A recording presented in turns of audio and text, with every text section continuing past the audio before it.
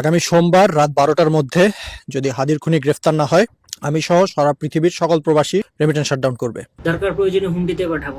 আগামী 72 ঘন্টা সময়, আগামী 72 ঘন্টা। হাদি ভাইয়ের বিচার না হলে শরীফ ওসমান হাদি ইস্যুতে এবার অন্তর্বর্তী সরকারকে 29 ডিসেম্বর পর্যন্ত আলটিমেটাম দিয়েছেন প্রবাসীরা। তারা বলছেন এর মধ্যে যদি হাদি হত্যাকারীদের গ্রেপ্তার করা না হয় তবে রেমিটেন্স শাটডাউনের পথে যাবেন তারা। সেই লক্ষ্যে ইতিমধ্যে সামাজিক যোগাযোগ মাধ্যমে ক্যাম্পেইন শুরু করেছেন বিভিন্ন দেশে অবস্থান করা প্রবাসীরা এবং হাদি হত্যার বিচারের দাবিতে সরকারকে 48 ঘন্টার কঠোর আলটিমেটাম দেন তারা।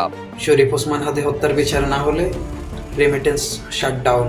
24 জুলাই আন্দোলনে প্রবাসীদের রেমিটেন্স শাটডাউন কর্মসূচি দেশের অর্থনৈতিক খাতে ব্যাপক প্রভাব পড়েছে। দেখা গেছে প্রবাসীদের রেমিটেন্স শাটডাউন কর্মসূচি জুলাই আন্দোলনে মোড় ঘুরিয়ে দিয়েছিল।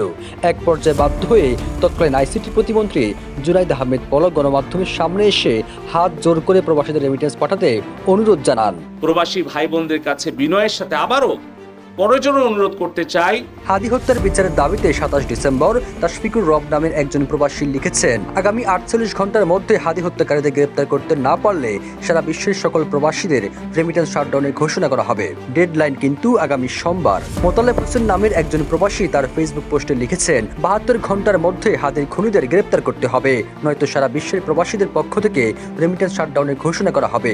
এভাবেই প্রবাসীদের কেউ ফেসবুকে পোস্ট, আবার কেউ ভিডিও বার্তায় সরকারকে কঠোর আলটিমেটাম দিচ্ছেন।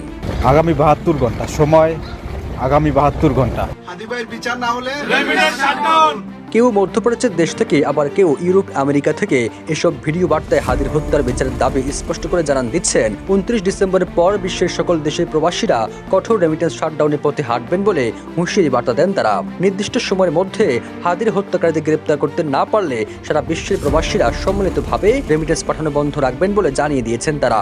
আন্দোলনকারীদের অভিযোগ, শরীফ ওসমান হাদির পরিবার এখনও ন্যায় বিচার থেকে বঞ্চিত। শাহবাগে অবস্থানরত ইনকিলাব মঞ্চের নেতাকর্মীরাও প্রবাসীদের এই সংহতিকে আন্দোলনের নতুন শক্তি হিসেবে দেখছেন। এদিকে শরীফ ওসমান হাদি হত্যার প্রতিবাদে রাজধানীর শাহবাগ মোড় বর্তমানে অবরুদ্ধ অবস্থায় রয়েছে।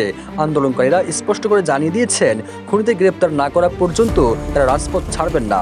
প্রবাসীদের এই নতুন আলটিমেটাম ইনকিলাব মঞ্চের আন্দোলনকে আরো শক্তি যোগাবে এবং সরকারকে চাপে ফেলবে বলে মনে করছে শাহবাগে অবস্থানরত আন্দোলনকারীরা। সবুজ আলম, নিউজ ডেস্ক, ইত্তেফাক।